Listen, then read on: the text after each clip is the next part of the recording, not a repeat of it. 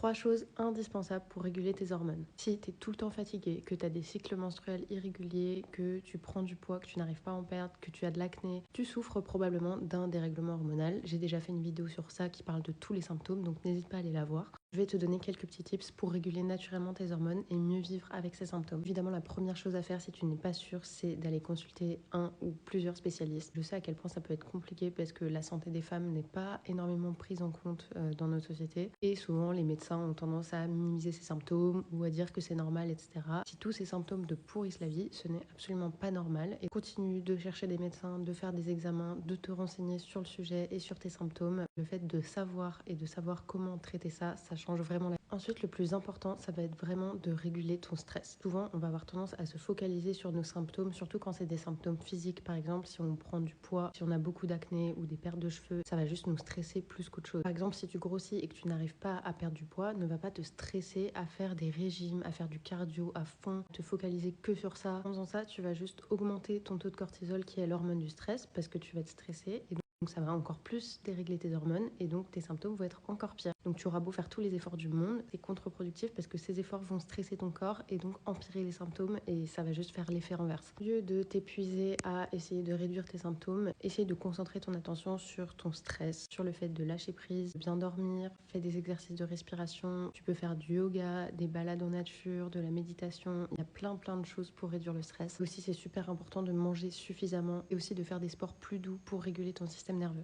Ensuite, je te conseille de remplacer tes petits déjeuners sucrés par des petits déjeuners salés. Ça dépend vraiment des cas, mais souvent les problèmes hormonaux sont liés à notre glycémie. Donc il faut éviter d'avoir des gros pics de glycémie et d'insuline en mangeant trop de sucre et notamment en mangeant un petit déjeuner sucré. L'idée, c'est pas forcément non plus de tout arrêter, comme je l'ai dit avant, faut pas se stresser, mais essayer de faire un petit peu attention à ça et prendre des habitudes comme par exemple remplacer son petit déj sucré par un petit déj salé. Ça peut déjà changer beaucoup de choses. Autre chose qui est absolument indispensable si tu as vraiment un trouble hormonal, c'est les compléments alimentaires. Ça, c'est à prendre avec des pincettes parce que si tu n'es pas encore diagnostiqué, il n'y a pas forcément tout qui va te correspondre et il y a des choses qui peuvent marcher chez certaines personnes et qui ne marcheront pas sur d'autres. Par exemple, moi j'ai un SOPK et je prends de l'inositol et ça, pour les filles qui ont un SOPK diagnostiqué, je le recommande à 10 000%. Ça fait des années que je prends ça. Ça a littéralement changé ma vie. Pour les compléments plus généraux que tu peux prendre même si tu n'as pas eu de diagnostic, je te conseille déjà de prendre du magnésium. C'est un complément qui va réduire ton taux de cortisol, donc ça va beaucoup t'aider si tu es quelqu'un de stressé, d'anxieuse et que tu te sens souvent très fatigué. Aussi les oméga 3 que tu peux trouver en complément ou aussi dans tout ce qui est poisson gras comme les sardines, le thon, le saumon, etc. Si tu as des règles très douloureuses par exemple, si tu as un SPM très fort, si tu as de l'acné inflammatoire aussi. J'espère que ça pourra aider certaines d'entre vous. En tout cas, n'hésitez pas à me dire si vous voulez une partie de bisous.